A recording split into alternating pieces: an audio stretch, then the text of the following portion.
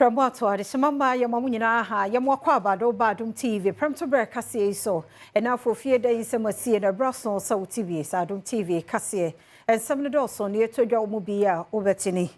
A post for actually nipa mienu bia so say Lebanese need this year be or tini fie a nipa be a cocoon wono and a cocoon no one benim who binti yet the hon some nature more ebebro. Kane Nigeria mampani Olusegun Obasanjo say ECOWAS mpanifo won kosoa na nienti wormo egina ho no won hwese ebetumi edru ho na tumi aboa ama bibiman kabomu ekro enkan ko no so yetumi edru sabotaye no eho Cardinal Turkson so eba Roman somwa Washopa ye kakitua bi kura na nkenengo ye Pope Ghana ni de hye papa wode yefutuo magana fo nyina se enkabomu ene ekitaya ye de bema ye mampani ebebo ama nani so ade hunu ma ome watimi aduro ho sansemwe ye de agudie de beka ho ne etwago yi beba agokansie ni obi man so ani gede ye de browse Adom TV Premtobre Kasee or share live on Facebook/Adom TV Extra Go TV 119 DSTV 280 oko YouTube search Adom TV Tube nekwa AdomOnline.com nsemine nsembebre ewo ho medidi afia amankwa tamaklo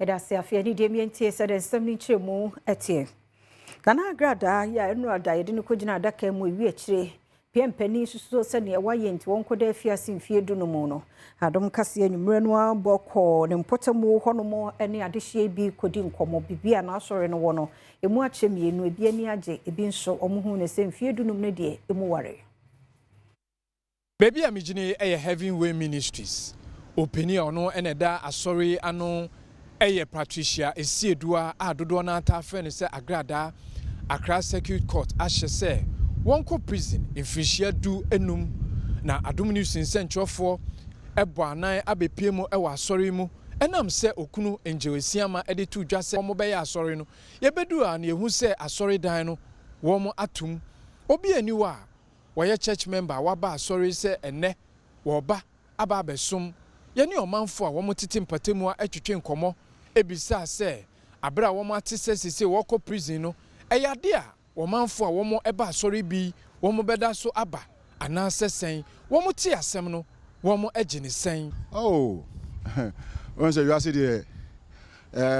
bibia obesha se bia we bibia ni you say ni we obebu se obebu manfo ani wu kuta wu ska se nti obia tumi enyo hwe so akweti na wonyame nsem ebe de ministry ka enyame na nkase na wa de wa ma ne saso ama diomo wodi omowu wadi omoboni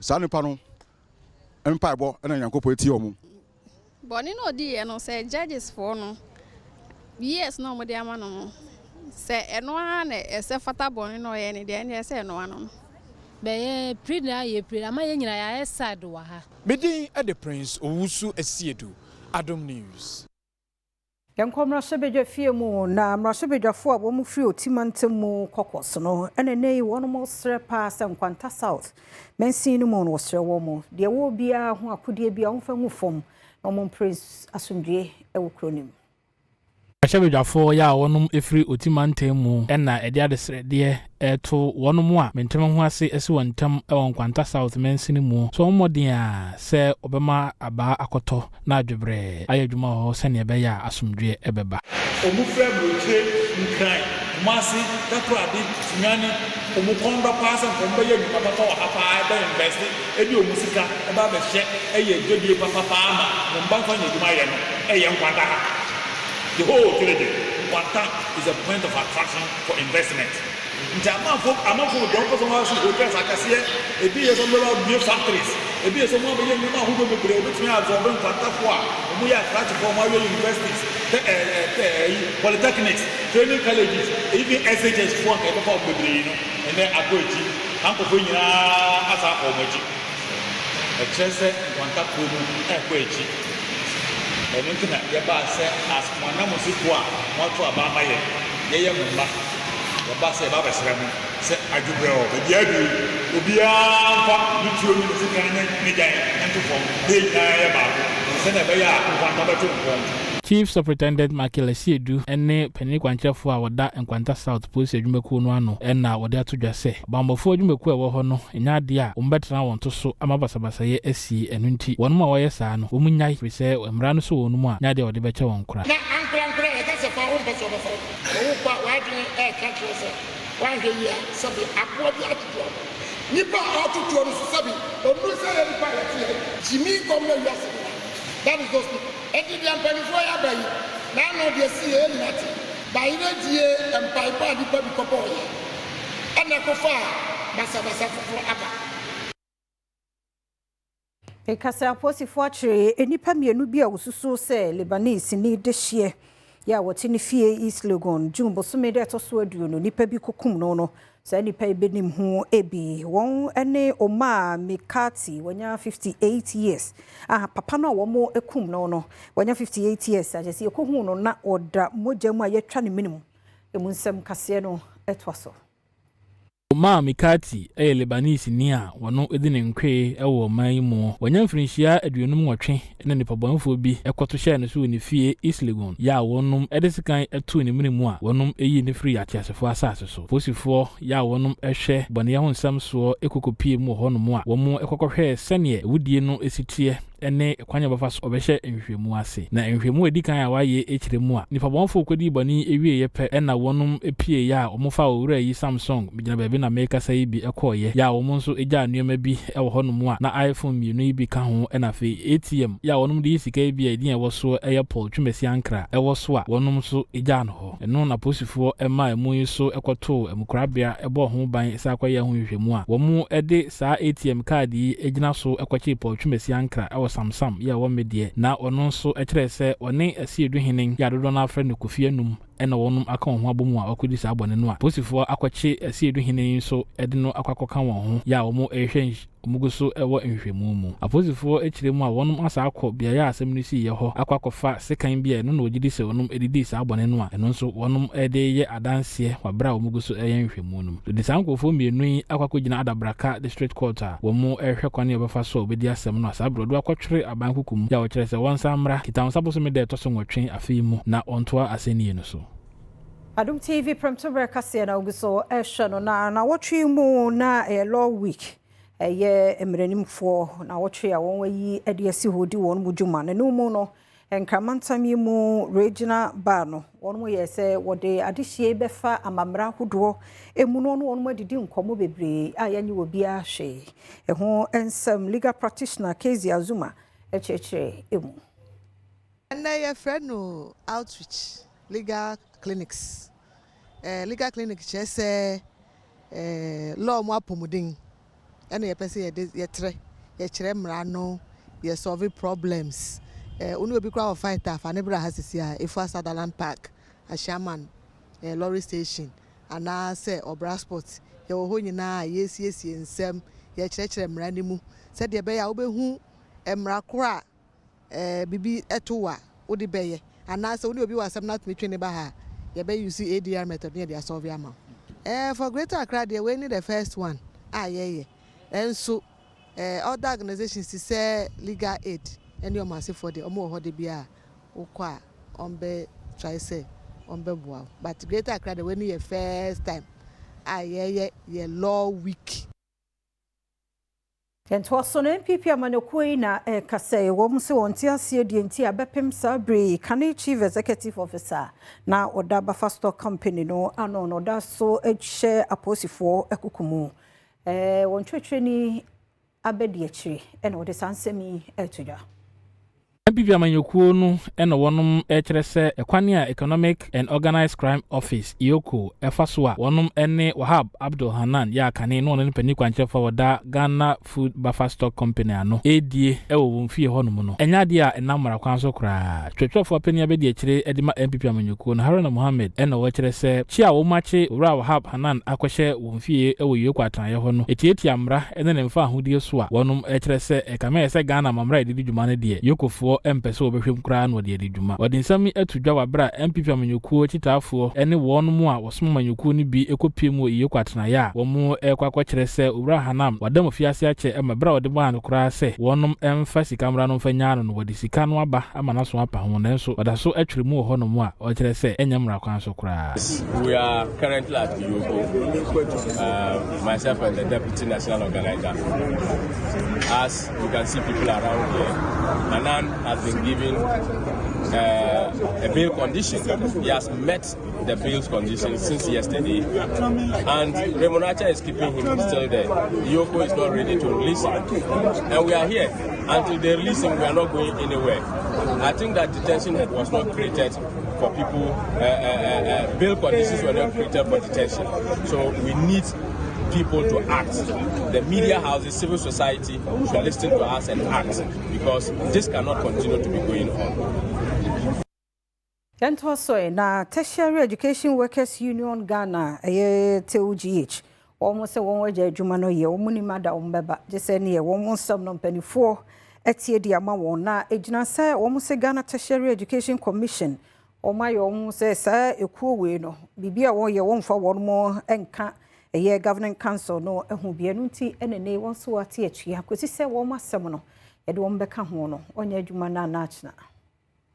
Tertiary Education Workers Union Ghana yetwanitia efrani TEWU afre nsentwerefo enhia mu wonsama wo kanyina ne se wonkrabata bia ewo oman Ghana mu enya de se wonom ebeko adwuma ne nyina ne se aban no akonkonwasie bia eye Ghana Tertiary Education Commission yetwanitia efrani GTech wonom ekonkonwasie no woyi won esi enchen na nsentwerefo enhia mu ena panyipa wada eye TEWU Ghana no Abdullah Suleiman Rahman ene Adom Kasee ebonkomo ena wo chiri mu se yasem nyina ne se eye empanimfo ewo oman mo hwe adesua ponso no eye kan Premtobre Kasee ye kan tertiary education no wonom de no bi gu na akwan so ewo universities ni mu a wo ye adwene mu no ebo ebra kakra adenche ne ye kan sa efri se eye abadwoku a Premtobre Kasee ye kan sa council no union for ewo anamusini wo honom ye hunu se eye GTech pani Professor Abraham Maginapo obi a wo se asem no wudi asem no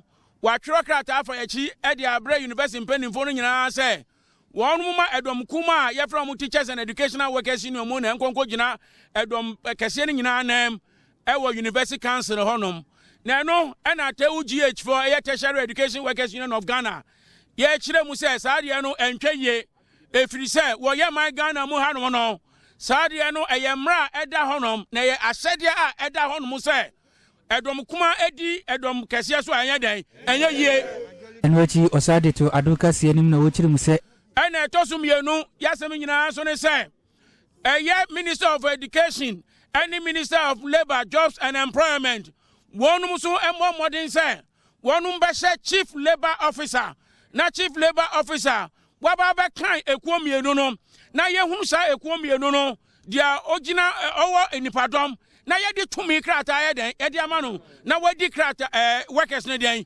enim kakaku abrante amanebo asantimantem any concern government workers and so were Sutifi North mensin mo wo afomantem mo se wo so bontenene se wanhwa na wanye wa adwuma no ebiem efi se aseten mu ayeden wo ma company fo ntienti so wo mantie de oyɛ se kan dia eno mbeje adwuma na to Concern health workers ya omo ewo Sutifi North mensin mu ya wa half mantam mu eno mo kire se o mbefri mensin mu agya won dwumadi ato ho sasam la bedwa no eno wonu meka bi yiyi ewo mensin mu anhwe ama nyamabo a ye den wo ho no ankofo mu a ba no dani edema sa ekuyi entwubu asiako ene di wonu manimu a wonu wana desrede ekoto asam la bedwa ku nanim ewo Kenya ase eno ne Adom Kasee etwetwe nkomo ya odi to dwase compare high cost of living ewo ha de no aye Kenya ase ene important totoro so ne jedu ene wo mahin so na ewo soro esene regional capital ne empo so oba krodom here the minimum edan a obenya ne krom here sabi edan a echembe enho 400 cedis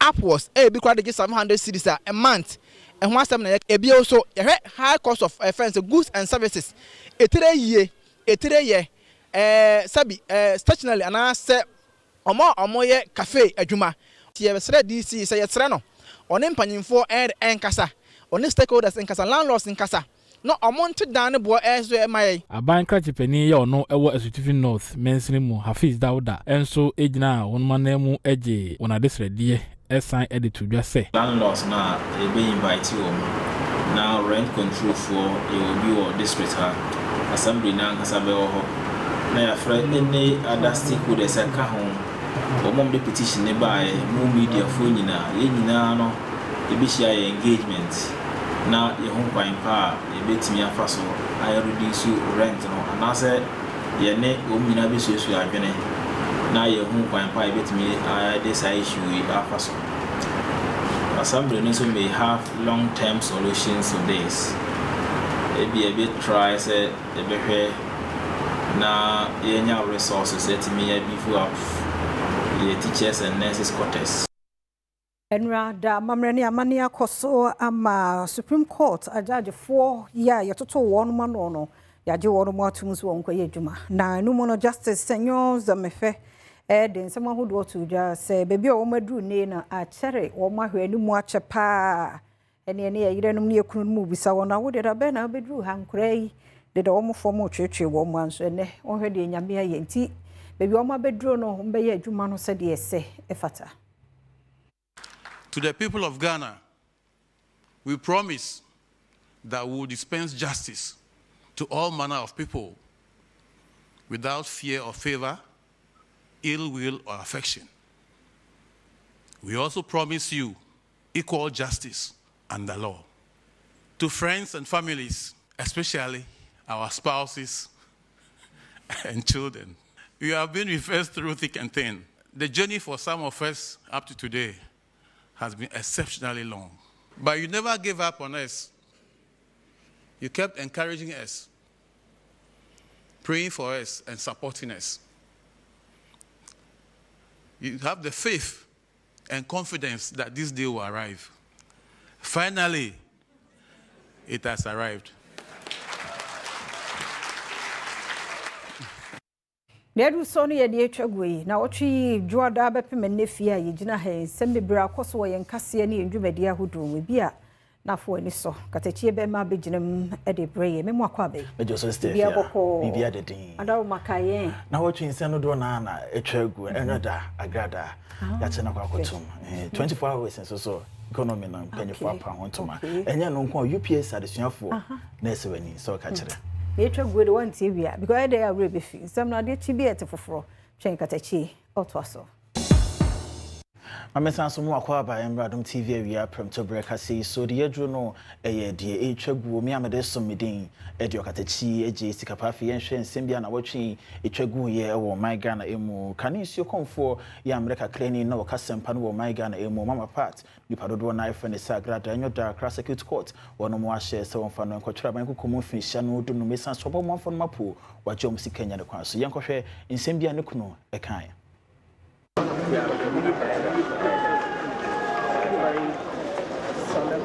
Paul this last year to as Yamaya, yes, you crucified Yamaya, assassin, you punish one imprisonment, and I'm one. Maybe president was assassin, so you punish one through imprisonment. And after we know, it's not Kissibi and I'm also banner when I Abba. It's Abba said they have in but enemies. I saw the cost one. I saw the cost, Yamu here. Some associates of also associates of Mammy. It means sorry.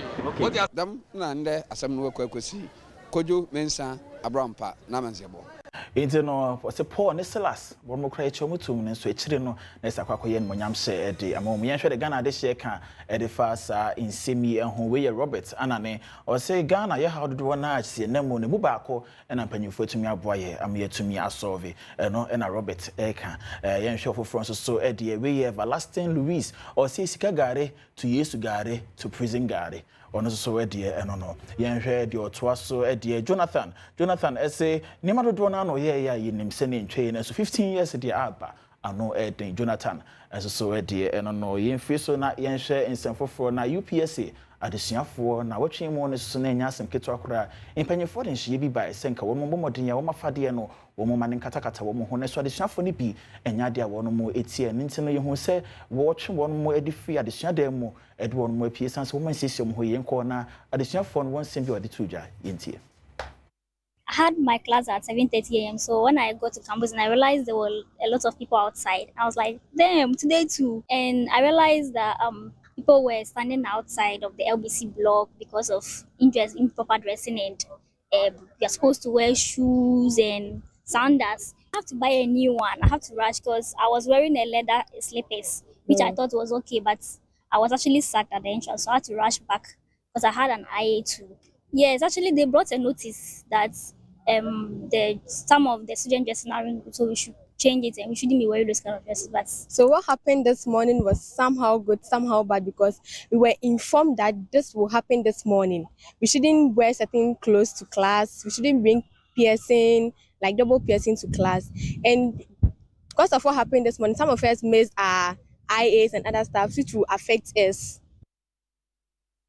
Tiadisia for be any yet so on more and more in some which them sanka I crank control and they say in penny fortune of your my no one moment to me and try share the Ghana this year can I defer in same home. DJ Dunga or say good. Back to the good old days. Nice one day, idea. Your palman was set to timber and said the Nanka, the chef for is facing no, and I'm paying 4%. Yes, answer so 80 years to make BM and name more. When so a Jacks, OJ, or say discipline, dear, ya debia, and what empire and as a switcher in who say, a idea what church phone one more about in T Jacks, and so a dear, no, Juna Dal, or say, UCC crown most yes, I didn't view into when your UPSA who are UCC, they be our own crowd prep community in Abi. Yen fear no so na yen share nsɛmfoforo na Ghana man panyini John Dramani Mahama afin pinu na aduonu na no bo ama na ekyere mu se Ghana de share to obama na the 24-hour economy ebeba na wotwe opa ho entoma yenkoti bimbra. The 24-hour plus agenda comprises synergistic sub-programs that are tailored to key value chains, and you must have heard the ministers mentioning them. This structure ensures depth and focus. We're not attempting to fix everything everywhere all at once. We're targeting high-impact, job-rich, and export-oriented sectors with strong forward and backward linkages. And Ghana man panyini John Dramani Mahama and or the pound want to maybe in same the two jay koti and share the Ghana this year can at the 24-hour economy no home we a Dr. Jorupa or say love it he's recognizing and yacha home Ghana man panyini kuswa boy Jumane said yen na ye share anymore I mean Debra or say oh nice I say no so yacha home say a year na Ghana man panyini kan wasem na nei wetumi apan ho entoma Lady Talata or say piao Ghana man panyini mo and you have a video of the day, Young Kushembra.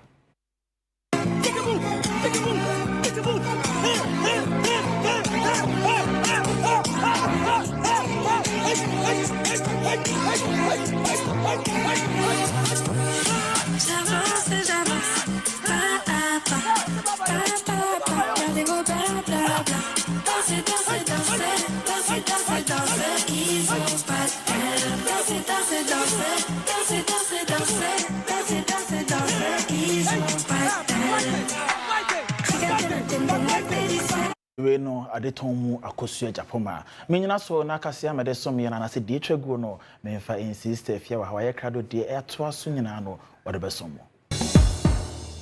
Yeda se yen santo akasia no so afo hwe nwumasua so hari na idrisu de kokobo pa na emma akwa matitwafo awofo ene school mo frɛ nyinara enkura niema hodo akode de wo school no enye nyene kwa so no emmoa ema adusuane adekere enkoye.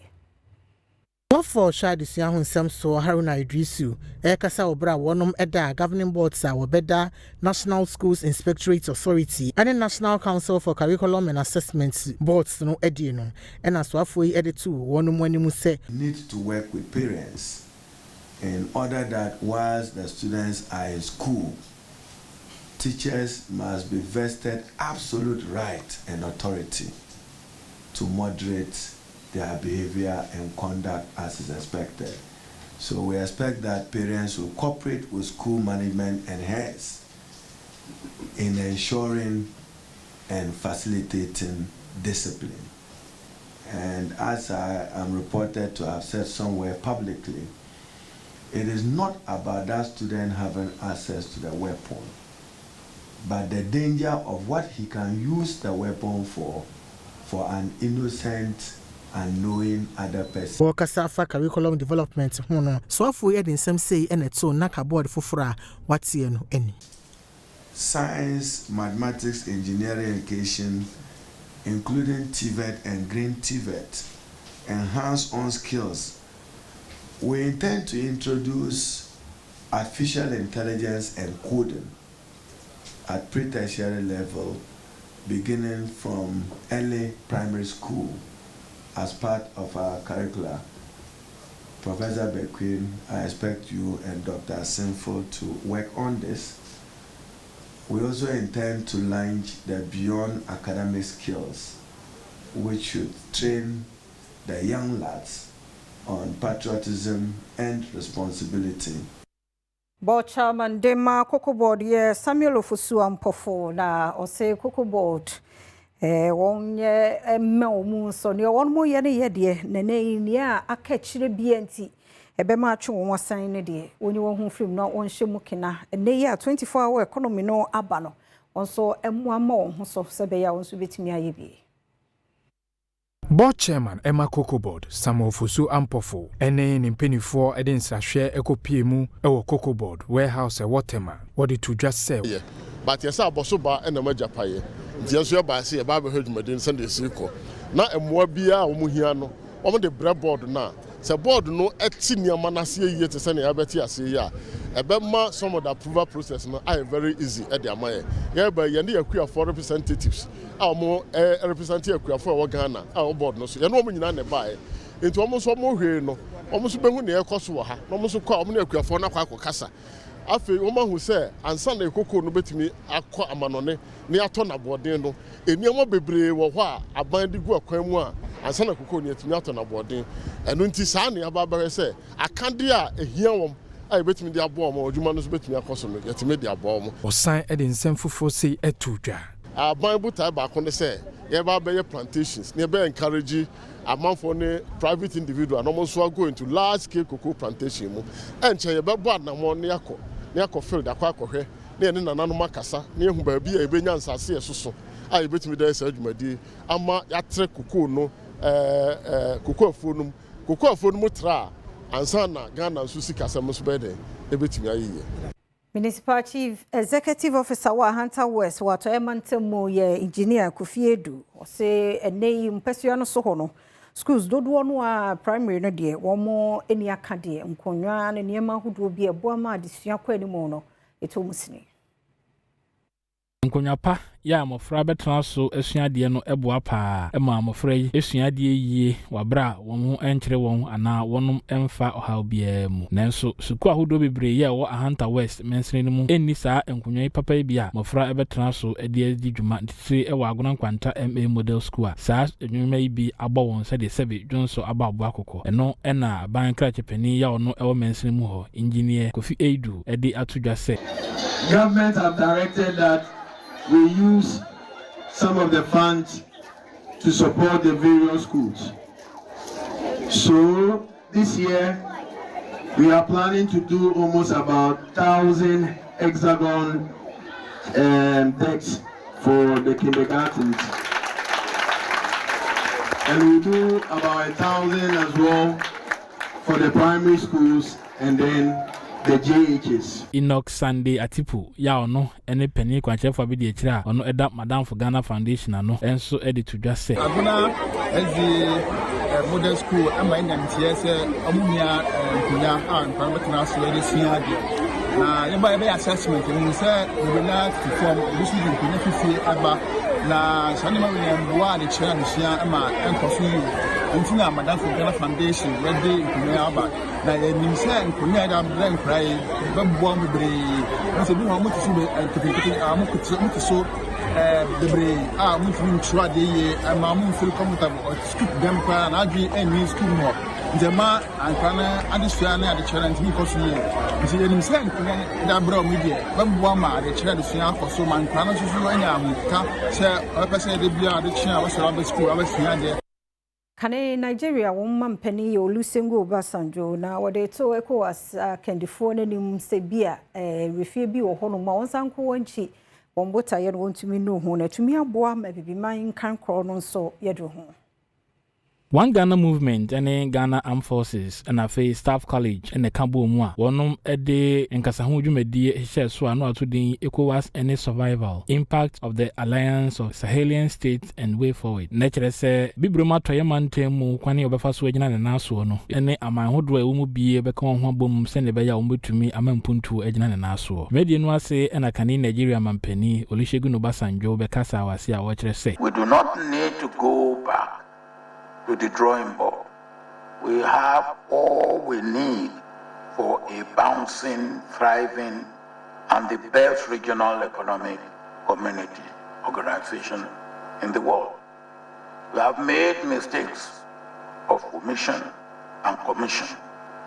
Let's now follow the spirit and the letters of the treaty, the protocols, and the essential principles, instruments, and guidelines of the organization.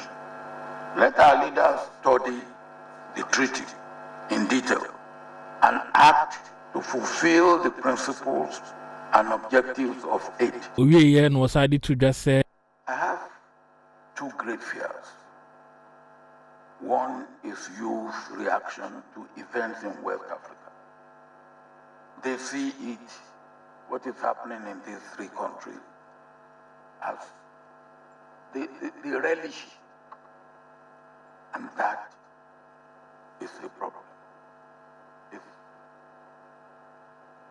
something that should worry all of us.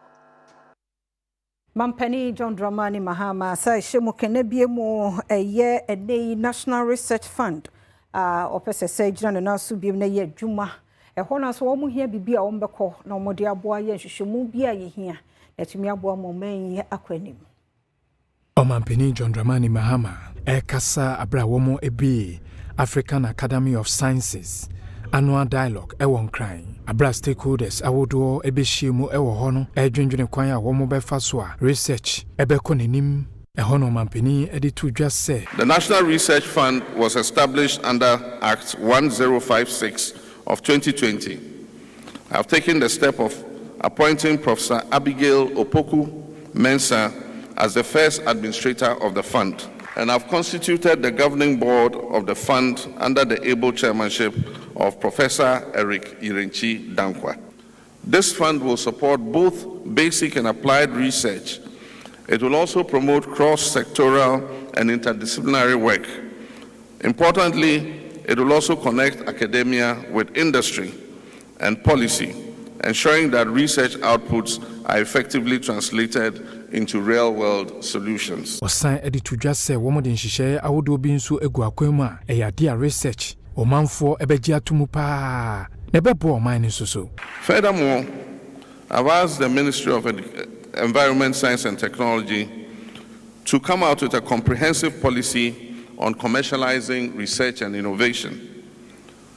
We would design a national framework that will enable the full exploitation of research outputs through patenting, licensing, and public-private ventures. We will support researchers moving from discovery to deployment through incentives such as innovation grants, startup incubators, and technology parks. Roma is for Penny Kasee, where we are say a Ghana need this year eminence Cardinal Turkson. And I need walk say now they took Ghana for you know say a man kabomu and ye juma na entire man Penny John Dramani Mahamechi. Na baby of us or do mine drone what's me a drone. July bosome ne da na edikan wa fimpino wana eduno wenum ni emu Ghana de shebesha nso a impanyefo at the National Day of Prayer and Thanksgiving Jumedi share so ewon Kramanta ne emu no what one side at the free His Eminence Cardinal Turkson se wono embega speaker ewo Jumedi no wase no wie ya wo yes what ne ni echire mu ewo room no wabom panyefo abaso pa wasanhyi a womodi ya ba no nti no ema man nyina no yakonyame no mpaibo emu edima o man sanso sera sunjie de mo man ma panye nya adwene bi saa ya bibia de saa magana man nyina na ya je efa kwa so no mo a omo siesie saa adwumadie no omo fa botai bi se reflect reset renew yan dwendwen bibi ho na ye mo dwendwen bi na se wo be hye ase fofa wo reset ɛkyɛ sɛ wohu biribi a ɛndi mu ayɛ esinto a nam sɛ wodan agya asa wotumi ayɛ research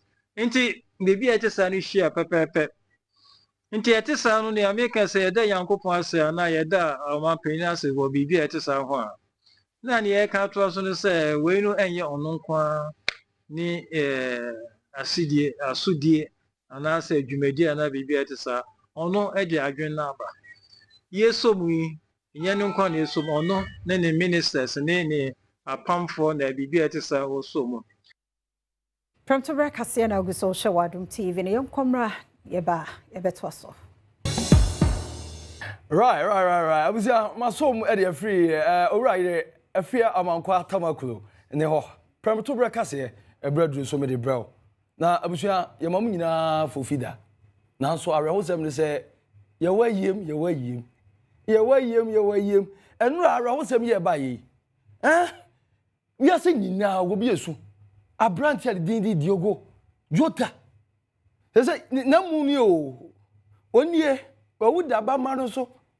Bra Diogo Jota, oni ni nua Andre Silva. Say abuja o mamuni ni o mafa e de free Mogri ana mortuary. I no wine fa. Sanabria or Northern Spain. E no me de ne ko no. Nipa o ba bi ko. Enura ye place Portugal play. Wo na akwaji Nations League. Awunie ni agye obose eso wagye Nation League no too na ekono na busuanfo ne maame ne nuamma wo mu nyina betre ne maame de kwampo de ontimi wasu ne mamienu o so wo mamma mienu wa ho baba na mema mpanimfo aduru se o mobobbo disika ba fie gaza Portugal ho nyina hia ni wo ya ho pa etinka maame wewe wasu obobena munsu bi mu anu aye munsu bi mu anu Eya, tie say ye de ko akopiem airport na o mama so de akopiem Portugal. Porto eho na ye ni betodwa. Eya, ipa oba bi ko. Branche fe Bolima Liverpool. Hede asie. Ne ya. Na memwaye. Na we abadi se no, obi susu dwinu wo asase so. Officer je se ne su bi ni ho.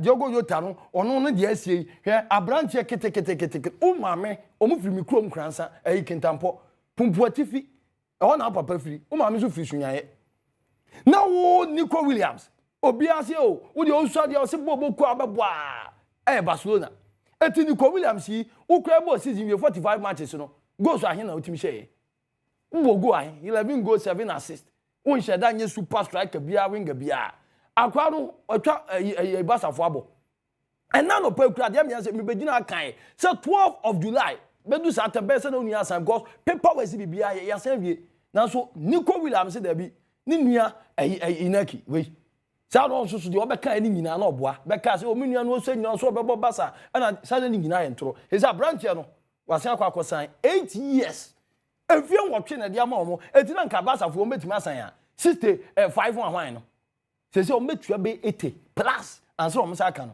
na no ni moro yi o msa se na akwa Carlos Lopez e ba ya no say kwambia so be san restore no o restore ya akwa na kosanre o so nyina esi na obebo basa ni nua isusu ba abonte be ka na Nico ebraso last time I try sa o so onko na o kai but this time ye nja man nko sa o moboa ni agent ni o mbasafo na ka bibia wie o ka bibia wie no Nico Williams anyway Frankie de Jong class o ba na no be ka chewa o ba joma gu kasi Frankie de Jong so watena katua so se be abrante we be register no basafo ni agent akasa yenya sane no na yetima register na obetimi ama na akoba bia se ye betua sika no na abrante na car no ene se ne ujafo assign 8 years yase number 10 ye de ama no abusua eno e de asi enti eno no abusua me din de Evans Kwabena support o frame Ken Van Vital Sports Cardinal mejo so Mrs.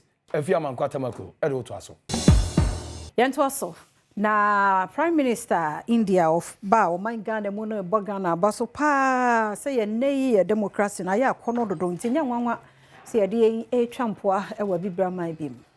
Prime Minister of India Ghana Narendra Modi ensra show de abepiem e wo Ghana enamienu no e kasa e wo mrahebedwam odi to dwase. When we look at Ghana, we see a nation that shines with courage, that rises about history, that meets every challenge with dignity and grace. Your commitment to democratic ideals and inclusive progress truly made Ghana a beacon of inspiration for the entire African continent. And shifting demographics are contributing to its pace and scale. The challenges such as colonial rule that humanity has faced in the earlier centuries still persist in different forms. The world is also facing new and complex crises such as climate change, pandemics, terrorism, and cybersecurity. Progress cannot come without giving voice to the global south. We need more than slogans. We need action. Kali Bishop say ene what the sobono bebo asofo no mo say wo mo fro apano a wo mo nkasantia yensa se ne kwa ibretu onsuo ya yese no wo mo nkasantia blame no won ene de bema won Makale kasore no penimpa ya oda no e osekune takrade Reverend John Baptist Atakuru enna ode atodwa se e kame se asofo no bi ye de o manhwamo pa free se wonum entumi enyina omanfo nanim enka ennuoma hodo a wonum eye e de sei obade abobere e wo man no ho asem yi ode nsam atodwa this year me climate change most change no the frequency and the intensity not that. We can only blame ourselves. Human beings produce a lot to affect our environment. You go to nature. Galamsey. Yes, they are wasn't actually good, but actually. One means the wisdom. Then the corner of na yense yensa saying we ye osan edito Ghana fo nyina nim se wancho hu firi enuoma bone bi te se Galamsey ani fin ya oye won potamu ema bonka hodo mu sisie na nsuo to a edusu yire eba ni nyina mu firi se enya de ebebo man no kra wa kire se Ghana mbabo International Cleaning Day or Environment Day in ECOWAS. But in our side, from our side as clergy, I think Oyazi Claudia can was and be Yansem Bid. Yansem Pounding an intellectual.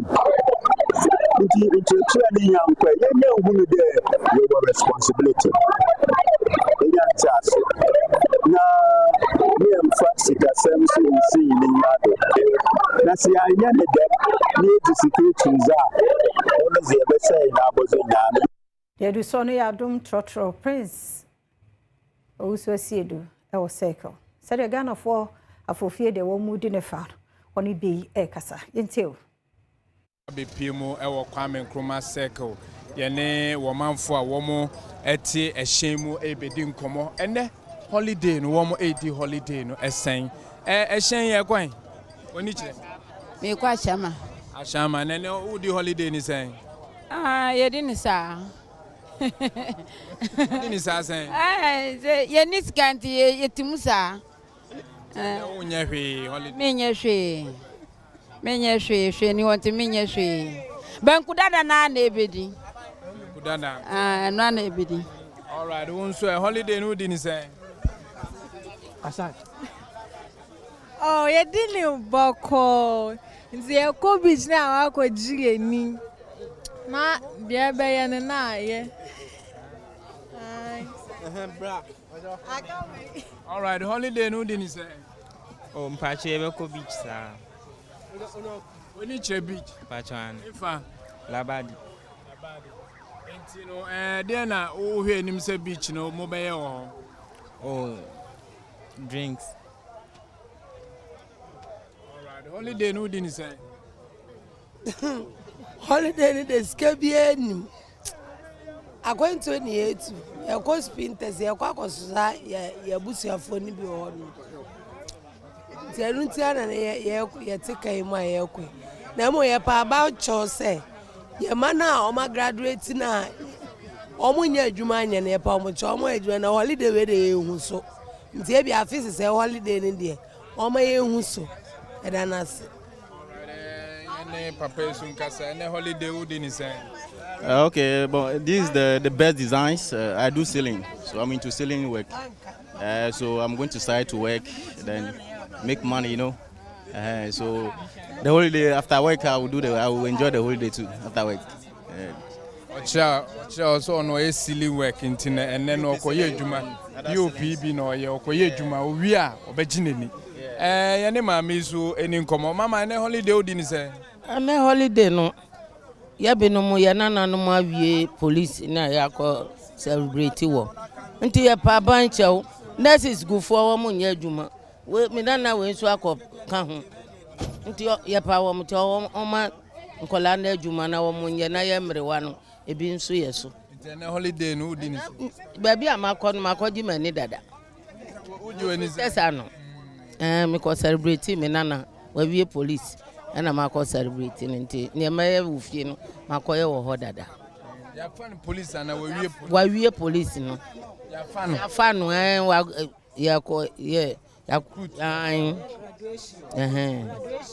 we all right, also holiday wouldn't say. Oh, Yamin Adom, and if you had a number 2 years. And me dear baby, I may now know. Me ba o hospital but nyame na Adom wa wafa ne ba nti me kosra me ba o hospital nti amasa me holiday no abaye complete.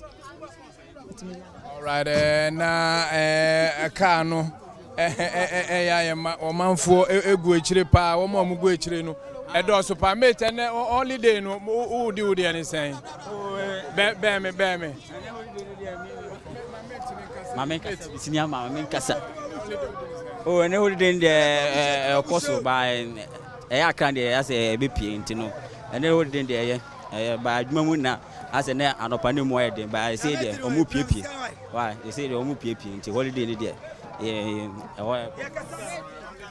But you're doing fine. Fine, pa. Esa kufado there. Fine, pa. Mama, why there? Fine, so akufado there. Na oman for who do holiday ni say. Holiday no mi go so akrankra ese se na aye Friday dey me say memre da ni na tuem ti go so na scam on ani ebotom ti no ya sra ban so me scam na ebotom yem before the enu amemu mo yem kasa nti no no aba no mbo ombu oman ma ye na hu say onum ye chen yen akufo ado e ma do ma bu aman no na hwe se na ete bye. All right, who do holiday ni say. Yes, I did turn ya a day. A coy my and then I did turn on a lady, your woman as markets in a year. Why, you? All right, now, woman for natural choir, one more faso, AD, one more holiday. Miss Sunami mate or Trotrom, said Trotron AMA, mate in the edges to say, Praise also see do na yetening can any gospel musician Mabel Lottery, say Abrantia Machi de day. Nenyom sufre nyamene de nyamenyom sam no tie dia nyamea sam no an wakeka bomode ayenyum. You know, colleagues ni bi wo ho a ye boss secular musicians a say lie ye secular but the gospel fon kwa na menyom bedante now so to secular music we a secular musician o gina ayi dance bar se no watonwum we ni asore ni asa no bi hwe ni bi ye kakra ye hwe ni gnes kakra o hwe mi so frɛ wo nyame e aso koto e as we see in Cabra Fuka Kentine Kaketuebi. If you listen to the words in the song, you could see say a gospel. And just a song, a gospel, a radiant wasam, and a one human. But and now say, yeah, papa, much the day, you didn't see say, oh, on the obo high life. And you know, now obibo high life when so. And just what you're born, some and I say, oye be fu mpacho da bi enwum we yenyira no so na Adom TV Premtobre Kasee no ye fancy ha ye da so omre no wado age a odemma ye meda team no so ase holiday mu gina mu sa ye mpon ye ginam fire for fire de ono beda ne ne the movies na agegemu so holiday no awie mu di medi afia amankwa tamaklo